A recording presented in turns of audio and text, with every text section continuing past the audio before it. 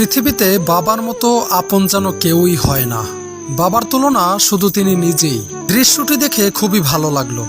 আদরের সন্তানকে এভাবেই বাইসাইকেলের পিছনে ঝুড়িতে বসিয়ে বাড়ি নিয়ে যাচ্ছেন বাবা।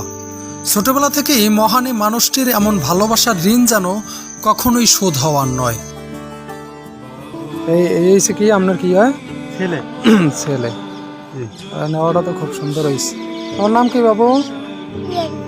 ইয়ামিন। কেমন লাগে পিছনে বসতে? বাবার পিছনে বসতে না? আপনার স্ত্রী আছে না? আচ্ছা আচ্ছা, কয় ছেলে মেয়ে? আমার হইলে ছেলে দুইটা মেয়ে। আচ্ছা আচ্ছা, তাই আদরের সন্তান।